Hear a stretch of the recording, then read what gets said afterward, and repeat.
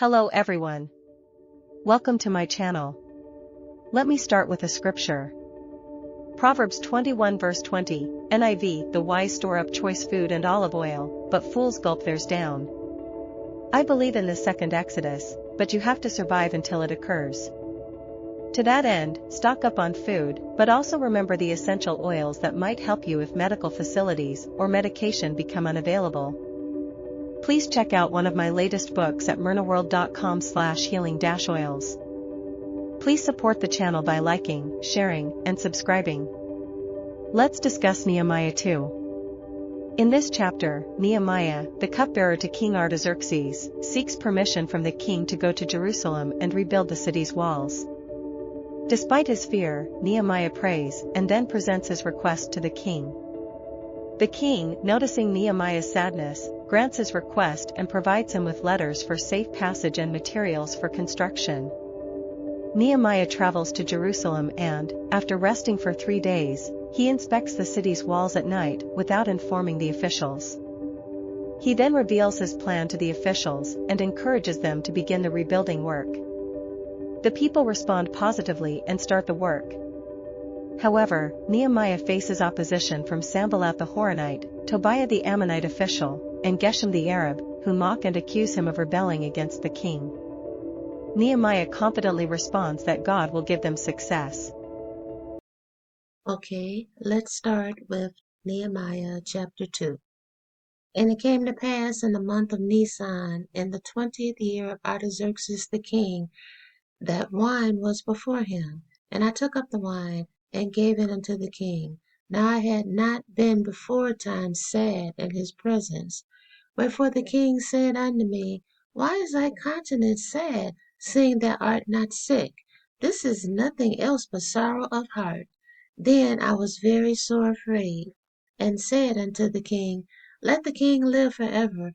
Why should not my countenance be sad, when the city, the place of my father's sepulchres, lieth waste, and the gates thereof are consumed with fire? Then the king said unto me, For what dost thou make request? So I prayed to the God of heaven. And I said unto the king, If it please the king, and if thy servant have found favor in thy sight, that thou wouldest send me unto Judah, unto the city of my father's sepulchres, that I may build it. And the king said unto me, the queen also sitting by him, For how long shall thy journey be, and when wilt thou return? So I pleased the king to send me, and I set him a time. Moreover I said unto the king, If it please the king, let letters be given me to the governors beyond the river, that they may convey me over till I come into Judah. And a letter unto Asaph the keeper of the king's force, that he may give me timber to make beams for the gates of the palace, which appertain to the house, and for the wall of the city, and for the house that I shall enter into. And the king granted me according to the good hand of my heavenly Father upon me. Then I came to the governors beyond the river, and gave them the king's letters. Now the king had sent captains of the army and horsemen with me. When Sanballat the Horonite and Tobiah the servant the Ammonite heard of it, it grieved them exceedingly that there was come a man to seek the welfare of the children of Israel. So I came to Jerusalem, and was there 3 days. And I arose in the night, I and some few men with me, neither told I any man what my God had put in my heart to do at Jerusalem, neither was there any beast with me, save the beast that I rode upon. And I went out by night by the gate of the valley, even before the dragon well, and to the dung port, and viewed the walls of Jerusalem, which were broken down, and the gates thereof were consumed with fire. Then I went on to the gate of the fountain, and to the king's pool, but there was no place for the beast that was under me to pass.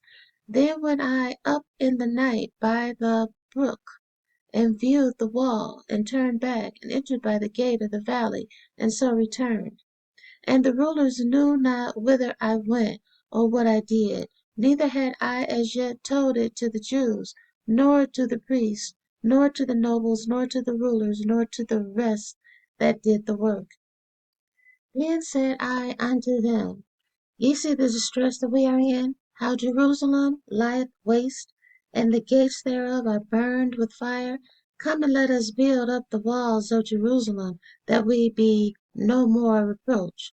Then I told them of the hand of my God, which was good upon me, and also the king's words that he had spoken unto me. And they said, Let us rise up and build. So they strengthened their hands for this good work. But when Sanballat the Horonite and Tobiah the servant, the Ammonite, and Geshem the Arabian heard it, they laughed us to scorn, and despised us, and said, What is this thing that ye do? Will ye rebel against the king? Then answered I them, and said unto them, The God of heaven, he will prosper us. Therefore we his servants will rise up and build. But ye have no portion, nor right, nor memorial in Jerusalem. Was reading this, well, when I'm reading anything, I take. So after reading chapter 2, I wanted to know exactly who were the Horonites and why did they have such a problem with Nehemiah trying to rebuild the temple. I'm sorry, the walls.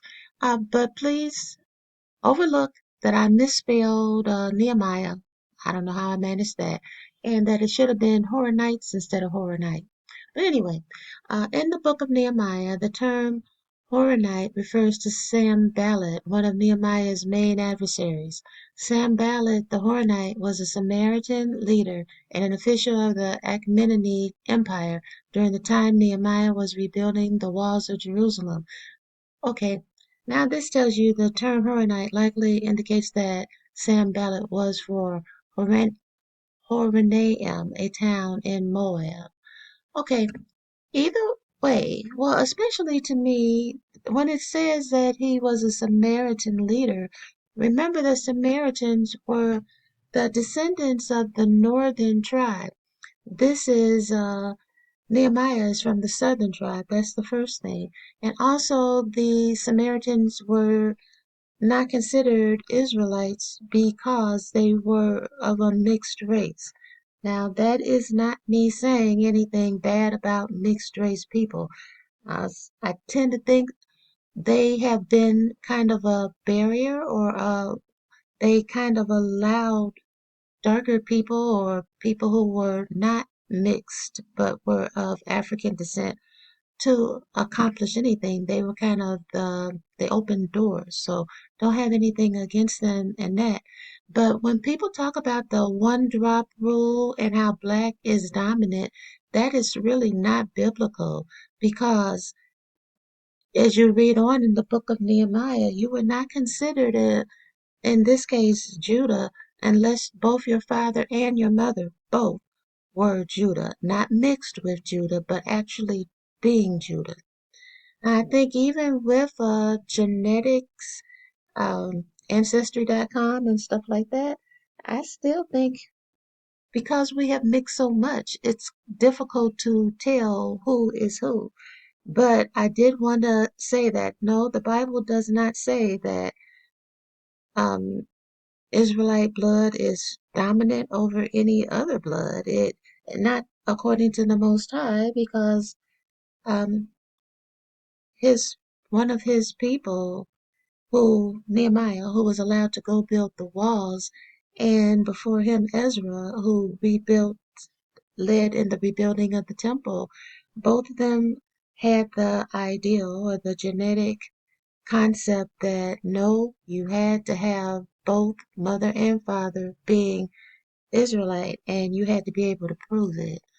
But we'll get into that later. But the thing is, Nehemiah is kind of fighting his relatives because the Samaritans are distant cousins, kind of. And here we have the Ammonites. Remember that they are the descendants of Lot, who was the nephew of Abraham. And well, the Arabian is something different, but the other two are his relatives. So I thought that that was very interesting. So Oh, I hope that this has been edifying in some way or interesting. I really love this guy's face. I don't know why. I just think it shows so many emotions at once. And please take a look at my book about healing oils. Don't underestimate the strength of healing oils. And as I said in the beginning, or maybe the computer said it, but somebody said it, at some point you may not be able to get medical attention or go to a hospital. You don't know what's going to happen in these days. So the Bible did give you information on that, gave you advice that if that in the house of the wise, that is, if you are wise, you will have some oils on hand, and you will also save food, stock up on food, not to the point where you're a hoarder, but do your best to take care of the temple that the Most High has given you to dwell in. Well, the Holy Spirit to dwell in.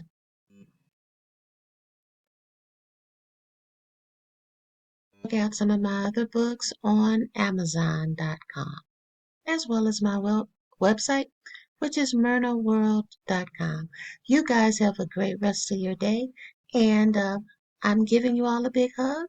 I think I'll call you my huggy bears or something. But you guys, no, I do love you. It's not the easiest thing to say, but I do. You guys take care.